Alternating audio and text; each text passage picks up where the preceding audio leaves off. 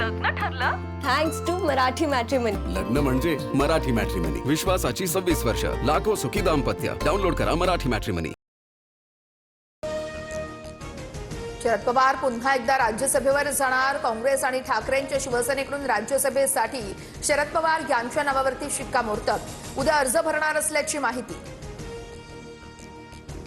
राज्यसभा निवडणुकीसाठी अर्ज भरण्याचा उद्या शेवटचा दिवस. राष्ट्रवादीच्या कोट्यातून पार्थ पवार उमेदवारी अर्ज भरणार. उपमुख्यमंत्री सुनेत्र पवार देखील उपस्थित राहणार. राज्यसभा निवडणुकीसाठी भाजपकडून विदर्भातील महिलेचं नाव निश्चित. यवतमाळच्या भाजप नेत्या आरती फुफाटेंच्या नावाची चर्चा. आरती फुफाटेंना उमेदवारी अर्ज भरण्याची तयारी करण्याच्या सूचना. ठाकरे बंधूंच्या युतीत तणाव. उद्धव ठाकरेंनी मनसेला दिलेला प्रभाग समिती अध्यक्षपदाचा प्रस्ताव राज ठाकरेंनी नाकारला. अर्ज सादर करण्याचा आजचा शेवटचा दिवस. उद्या मतदान होणार. आमदार रोहित पवार यांची थोड्याच वेळात पत्रकार परिषद. अजित पवारांच्या विमान अपघातासंदर्भात कोणते नवीन मुद्दे मांडणार का, याकडे सर्वांचे लक्ष. अजित पवार हयात असताना सुनील तटकरेंविरोधात राष्ट्रवादीच्या विविध सेलच्या प्रदेशाध्यक्षांचे राजीनामे. अजितदादांनी न मंजूर केलेले राजीनामे मृत्यूनंतर मंजूर. सूत्रांची माहिती. अमेरिका आणि इराणमधील युद्धामुळे कच्च्या तेलासह इंधनाची आयात बंद. भारताकडे फक्त 2 महिन्यांचा तेल आणि पेट्रोलियम उत्पादनाचा साठा उपलब्ध. तर आवश्यकतेनुसार उपाययोजना करणार. पेट्रोलियम मंत्र्यांची माहिती. छत्रपती संभाजीनगरसह रत्नागिरी तसेच अमरावती इथं पेट्रोल पंपावरती वाहनधारकांची मोठी गर्दी. आखाती देशात सुरू असलेल्या युद्धामुळे पेट्रोल डिझेल महाग होण्याची अफवा. पंपावरती वाहनांच्या लांबच लांब रांगा.